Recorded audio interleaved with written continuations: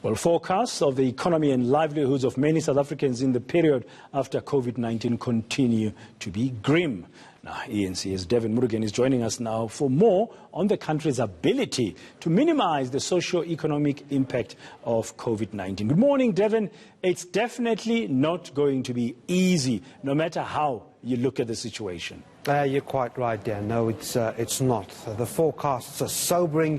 And while there's been much praise for the types of intervention put forward by government and business in the form of assistance, the country's socio-economic setting is one that's very unequal. COVID-19 will undoubtedly leave behind a jobs bloodbath. Now, the SA Tide Group is a collaboration of local and international research institutes with government. Sherwin Gabriel is an economist at the group and a former director of National Treasury's forecasting unit. He joins us now via Skype, Dan, just to get a sense of how research works around this. Sherwin, thanks very much indeed for talking to us. We're going to get into your group's role in research in a moment, but first let me start with this. Perhaps the most alarming statistic of the past week was this 7 million jobs that could be lost as a result of COVID-19 if we have a slow economic recovery. It comes from your research. How did you get to that number? Thanks, Devan.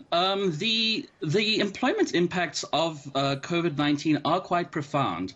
The actual number on the employment impacts isn't a particular area in which we specify the number, but we did mention how profound these economic impacts were, even under very conservative or very optimistic scenarios of how the lockdown would be released. The impact on GDP we see would range between, we estimate between minus 5.4% and minus 16.1%, largely dependent on the scenarios by which lockdowns are loosened. So the impacts largely reflect what's been happening to different types of sectors. We find sectors, even ones that aren't locked down, have significant negative impacts, and this is because of how the knock-on effects of shutting down certain industries works. So, for example, with lower energy requirements, Eskom the energy requirement isn't particularly large, so it leads to lower demand and production of electricity. These cumulatively leads into large declines in economic activity, and with that, employment, income, and profits.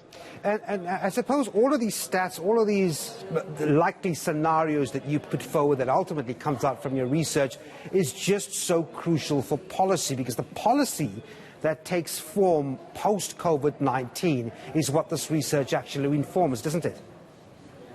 Indeed. So, for example, the large decline in sales, in imports and in income means that tax revenue will come under significant pressure, as we heard yesterday from SARS. And at the same time, the government and the policymakers' decisions on how to loosen restrictions on the economy need to take into account the impact of loosening too quickly. So it really depends on how well the growth in new infections is managed, because how one really needs to coordinate and balance the health response with the economic consequences of these decisions.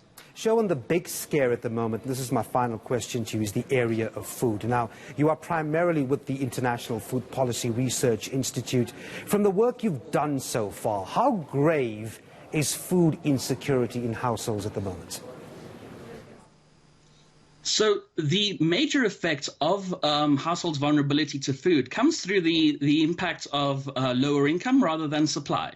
So what happens is, without significant resources to purchase food, you do run the risk of increasing hunger in the economy. So what you don't want to do is replace one health crisis, particularly the response to COVID-19, with another one, the longer significant restrictions are prolonged and prevents people from engaging in economic activity and earning an income. That said, the government system of social grants, as we find in the SA Tide research, provides some good resilience. This is what's missing in many other countries. Although the system of grants in South Africa wasn't designed to respond to a pandemic like this, it is helping provide a channel by which government can continue to support the most vulnerable households. Yeah, and that will probably only be sustained if we have the money going forward. But thanks very much indeed. That was Sherwin Gabriel there from SA Times, that's a research group. Now,